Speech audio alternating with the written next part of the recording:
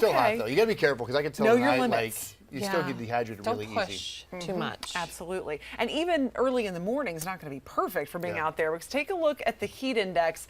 This is 7 a.m. It's going to feel like 80, and then temperatures are just going to absolutely soar. Look at this in the afternoon. It's going to feel like 105 potentially around Greenville and Spartanburg. Could feel like as high as 107, 108 in parts of the upstate Northeast Georgia, feeling like the mid 90s in the mountains. Now, because of this, we've got that heat advisory out, because this is not your average summer heat that we're going to be dealing with. This is oppressive and dangerous for being out in for too long. So it's for the upstate Northeast Georgia, as well as the foothills. And that's for Tuesday, but I have a feeling we'll have one out for Wednesday as well, as highs will be in the upper 90s Tuesday and Wednesday. It'll still be pretty hot to end the week, but we're going to start to see at least the edge getting taken off the heat slowly, so that by the weekend, it'll be a much more typical June heat with highs closer to 90 degrees.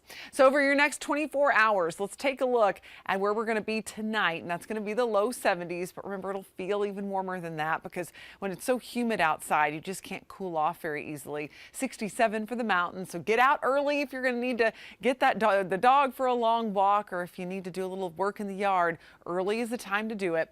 And if you take a look at future track, we're going to stay mostly dry throughout the day. We're not going to see as much pop-up storm activity like many of you in Oconee County saw, Transylvania County today.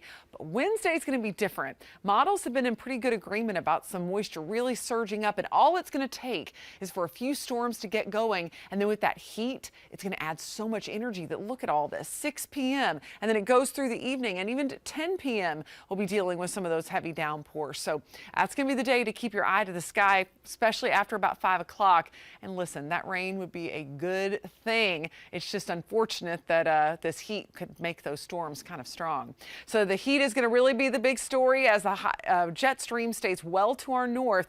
It's going to keep a grip on the eastern half of the country. So don't forget your pets. I love this little guy. Provide extra water and lots of shade. Never leave them in a car. And of course, you don't leave your kids in the car either, but you know, it should go without saying. And avoid the hot pavement. Those little paws can get burned. So make sure that you're walking them on the grass, or waiting until the very early morning or late evening to go on those longer walks. And we're also keeping an eye on the tropics. Nothing happening close to home, but we are watching a little area that's in the southern part of the Caribbean that could become tropical over the next few days, and it would be meandering toward the north and west, but right now it does not appear to be a big impact for the United States. So we'll keep you posted. Bonnie will be our next named storm.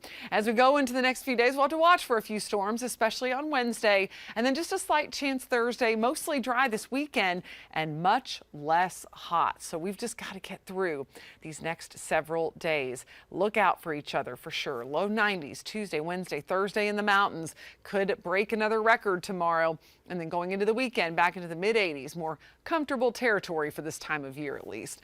Now, of course, we want you to download the First Alert app. We've been sending updates to your app all day today. If you don't have it yet, scan the QR code, and that's where it can take you to download the free app. We'll show you the best times to be outside, and of course, update you when those nasty thunderstorms pop up.